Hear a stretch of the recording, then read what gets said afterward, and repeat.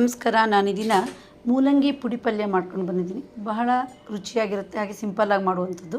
ಇದು ಅನ್ನಕ್ಕೆ ಕಲಿಸ್ಕೊಬೋದು, ಹಾಗೆ ರೊಟ್ಟಿ, ದೋಸೆ, ಚಪಾತಿ ಜೊತೆ ನಂಚ್ಕೊಳ್ಳೋಕ್ಕೆ ತುಂಬ ಟೇಸ್ಟು. ಬನ್ನಿ ಈಗ ಇದರ ವಿಡಿಯೋನ ನೋಡ್ತಾ ಹೋಗೋಣ. ಅರ್ಧ ಕೆಜಿ ಮೂಲಂಗಿನ ಸಿಪ್ಪೆ ತೆಗೆದು 1/4 ಇಂಚು ಉದ್ದಕ್ಕೆ ಹೆಚ್ಚಿಟ್ಕೊಂಡಿದ್ದೀನಿ. ಜೊತೆಗೆ 2 ಈರುಳ್ಳಿ, 1 ದೊಣ್ಣೆ ಮೆಣಸನ್ನು ಉದ್ದವಾಗಿ ಸಿಗದಿಟ್ಕೊಂಡಿದ್ದೀನಿ. ಪರಿಮಳಕ್ಕೆ ಕರಿಬೇವಿನ ಹೆಸರುಗಳನ್ನು ತಗೊಂಡಿದ್ದೀನಿ. ಒಲೆ ಮೇಲೆ ಕುಕ್ಕರ್ ಇಟ್ಕೊಂಡಿದ್ದೀನಿ. 4 ಸ್ಪೂನಷ್ಟು ಕೊಬ್ಬರಿ ಎಣ್ಣೆ ಹಾಕೋಣ. ನಾನು ಸಾಮಾನ್ಯವಾಗಿ ಯಾವುದೇ ಅಡುಗೆಗಾದರೂ ಕೊಬ್ಬರಿ ಎಣ್ಣೆ ಉಪಯೋಗಿಸೋದು. ಇದು ಆರೋಗ್ಯಕ್ಕೂ ಒಳ್ಳೆಯದು, ಹಾಗೆ ರುಚಿ ಸಹ ತುಂಬ. ಈಗ ಪರಿಮಳಕ್ಕೆ ಚಿಟಿಕೆ ಹಿಂಗೆ ಹಾಕೋಣ. ಹಾಗೆ ಎಣ್ಣೆ ಸ್ವಲ್ಪ ಕಾಯಕ್ಕೆ ಬಿಡೋಣ. 1 ಸ್ಪೂನು ಕಡಲೆಬೇಳೆ, ಅರ್ಧ ಸ್ಪೂನು ಉದ್ದಿನಬೇಳೆ, 1 ಸ್ಪೂನು ಸಾಸಿವೆ ಕಾಳು ಹಾಕೋಣ. ಹಾಗೆ ಜೊತೆಗೆ ಪರಿಮಳಕ್ಕೆ, ರುಚಿಗೆ, ಆರೋಗ್ಯ ದೃಷ್ಟಿಯಿಂದ 1/4 ಸ್ಪೂನು ಅರಿಶಿಣ ಹಾಕೋಣ. ಒಂದ್ಸರಿ ಫ್ರೈ ಮಾಡೋಣ. ಈಗ ಹೆಚ್ಚಿರುವ ಈರುಳ್ಳಿ ಮತ್ತು ದೊಣ್ಣೆಮೆಣಸಿನ ಹೋಳುಗಳು, ಕರಿಬೇವಿನ ಎಲೆ ಹಾಕೋಣ. ಹಾಗೆ ಸ್ವಲ್ಪ ಒಗ್ಗರಣೆ ಜೊತೆ ಫ್ರೈ ಮಾಡೋಣ. ಈಗ ಹೆಚ್ಚಿರುವ ಮೂಲಂಗಿ ಹೋಳುಗಳನ್ನು ಹಾಕ್ತಾ ಬರೋಣ. ಈಗ ಒಂದ್ಸರಿ ಸೌಟಲ್ಲಿ ಚೆನ್ನಾಗಿ ಮಿಕ್ಸ್ ಮಾಡೋಣ. ಈಗ 4 ಸ್ಪೂನು ಹುಣಸೆಹಣ್ಣಿನ ರಸವನ್ನು ಹಾಕೋಣ.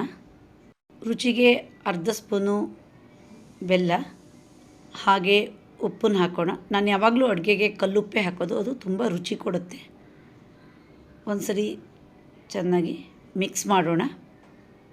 ಪಾತ್ರೆ ತುಂಬ ಹೀಗೆ ಹೋಳುಗಳು ತುಂಬಿದಾಗ ಮೊಗ್ಚಕ್ಕಾಗದಿದ್ರೆ ಹೀಗೆ ಸ್ವಲ್ಪ ಪಾತ್ರೆನ ಶೇಕ್ ಮಾಡಿದರೆ ಸರಿ, ಮಿಕ್ಸ್ ಆಗಿಬಿಡುತ್ತೆ. ಈಗ ಅರ್ಧ ಲೋಟದಷ್ಟು ಬಿಸಿ ನೀರನ್ನು ಹಾಕೋಣ. ಕುಕ್ಕರ್ ಮುಚ್ಚಿ 2 ವಿಷಲ್ ಕೂಗಿಸೋಣ. ಹೋಳುಗಳು ಸ್ವಲ್ಪ ಬೇಯಲಿ. ಈಗ ಕುಕ್ಕರ್ ಮುಚ್ಚಳ ಓಪನ್ ಮಾಡೋಣ. ಹೋಳುಗಳು ಬೆಂದಿದೆ. ಹಾಗೆ ಒಂದ್ಸರಿ ಸೌಟಲ್ಲಿ ಚೆನ್ನಾಗಿ ಮೊಗ್ಚೋಣ. ಯಾವುದೇ ತರಕಾರಿ ಪಲ್ಯ ಮಾಡಿದರೂ ನೀರು ಸಂಪೂರ್ಣವಾಗಿ ಆರಬೇಕು. ಒಂದು 5 ನಿಮಿಷ ಹಾಗೆ ಒಲೆ ಮೇಲೆ ಆರಕ್ಕೆ ಬಿಡೋಣ. ಹೆಸರೇ ಹೇಳುವಂತೆ ಇದು ಪುಡಿ ಪಲ್ಯ. ಈ ಪುಡಿನ ರೆಡಿ ಮಾಡಿ ಫ್ರೀಝರಲ್ಲಿ ಇಟ್ಕೊಂಡ್ರೆ 6 ತಿಂಗಳವರೆಗೂ ಹಾಳಾಗೋಲ್ಲ. 2 ಸ್ಪೂನಷ್ಟು ಹಾಕೋಣ. ಈ ಪುಡಿ ಪಲ್ಯಕ್ಕೆ 1 ಸ್ಪೂನು ಕಡಲೆಬೇಳೆ, ಹಾಗೆ ಅರ್ಧ ಸ್ಪೂನ್ ಉದ್ದಿನಬೇಳೆ, 1/4 ಸ್ಪೂನ್ ಕೊತ್ತಂಬರಿ, ಅದರ 1/4 ಭಾಗ ಮೆಂತೆಯ ಅಷ್ಟೇ 1/4 ಭಾಗ ಜೀರಿಗೆ ಮತ್ತು ಸಾಸಿವೆ, ಹಾಗೆ ಎಣ್ಣೆ, ಇಂಗು, ಕರಿಬೇವು, ಒಣಮೆಣಸು ಹಾಕಿ ಚೆನ್ನಾಗಿ ಫ್ರೈ ಮಾಡಬೇಕು. ನಂತರ ಒಂದು 2 ಸ್ಪೂನಷ್ಟು ಕೊಬ್ಬರಿ ಹಾಕಬೇಕು. ಅದನ್ನು ಫ್ರೈ ಮಾಡಿ ಪುಡಿ ಮಾಡಿ ಇಟ್ಕೊಂಡ್ರೆ ಸರಿ. ಈ ಪುಡಿ ಕಾಯಿ ರಸಕ್ಕೂ ಬರುತ್ತೆ, ಹಾಗೆ ಈ ಪುಡಿ ಪಲ್ಯಕ್ಕೂ ಬರುತ್ತೆ. ಈಗ ಪುಡಿ ಹಾಕಿದ್ಮೇಲೆ ಒಂದ್ಸರಿ ಚೆನ್ನಾಗಿ ಮಿಕ್ಸ್ ಮಾಡೋಣ. ಹೋಳು ಬೇಯಬೇಕಾದ್ರೆ ಸ್ವಲ್ಪ ಮಾತ್ರ ಉಪ್ಪು ಹಾಕಿರ್ತೀವಿ. ಈಗ ಪುಡಿ ಹಾಕಿದ್ಮೇಲೆ ಇನ್ನೊಂದು ಸ್ವಲ್ಪ ಉಪ್ಪು ಹಾಕೋಣ. ಹಾಗೆ ಒಂದ್ಸರಿ ಚೆನ್ನಾಗಿ ಮಿಕ್ಸ್ ಮಾಡೋಣ. ಈಗ 4 ಸ್ಪೂನಷ್ಟು ಕಾಯಿ ಹೂವನ್ನು ಹಾಕೋಣ.